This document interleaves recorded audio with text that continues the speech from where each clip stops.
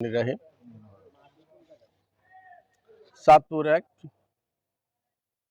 কচুয়ার আমাদের প্রাণপ্রিয় নেতা, কচুয়ার গণমানুষের নেতা, সাবেক সফল শিক্ষা প্রতিমন্ত্রী আনম এহসানুল হক মিলন ভাইকে বাংলাদেশ জাতীয়তাবাদী দল বিএনপির কেন্দ্রীয় কমিটি এবং তারেক ভাই নমিনেশন দিয়েছে।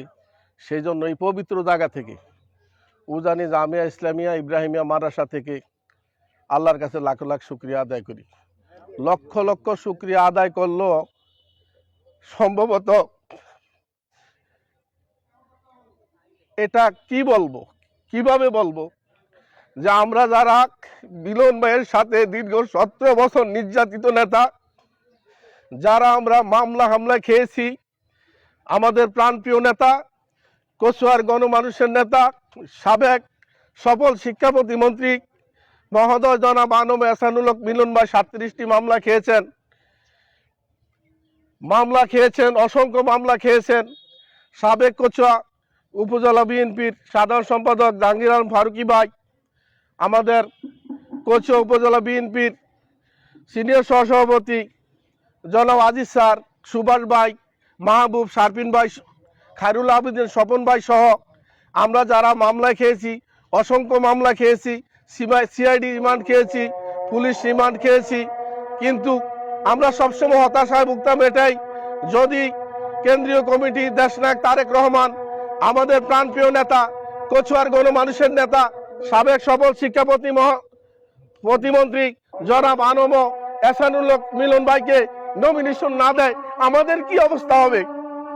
আমরা তো খেলার পুতুল হয়ে যেতাম। আজকে আল্লাহর কাছে শুকরিয়া আদায় করি, আল্লাহ, হে আল্লাহ, আপনি আমাদেরকে এই বিপদ থেকে উদ্ধার করেছেন। আমাদের নেতা উজানি মাদ্রাসায় এসে হুজুরদের দোয়া নিয়ে গিয়েছেন, এটা তারই ফসল। মরহুম ইব্রাহিম হুজুরার এই উজানি জামিয়া ইসলামী ইব্রাহিম মাদ্রাসা থেকে আমাদের মিলন ভাই দোয়া নিয়ে গিয়েছেন, এটা তারই ফসল।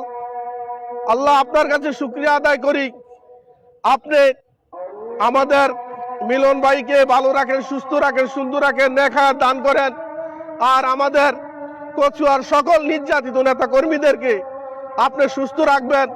আমরা যেন ভাইয়ের নির্বাচনটা সঠিকভাবে সবাইকে নিয়ে মিলেমিশে আমরা নির্বাচনটা করতে পারি এবং আমাদের মিলন ভাইয়ের গলায় যেন আমরা বিজয়ের মালা পরাতে পারি।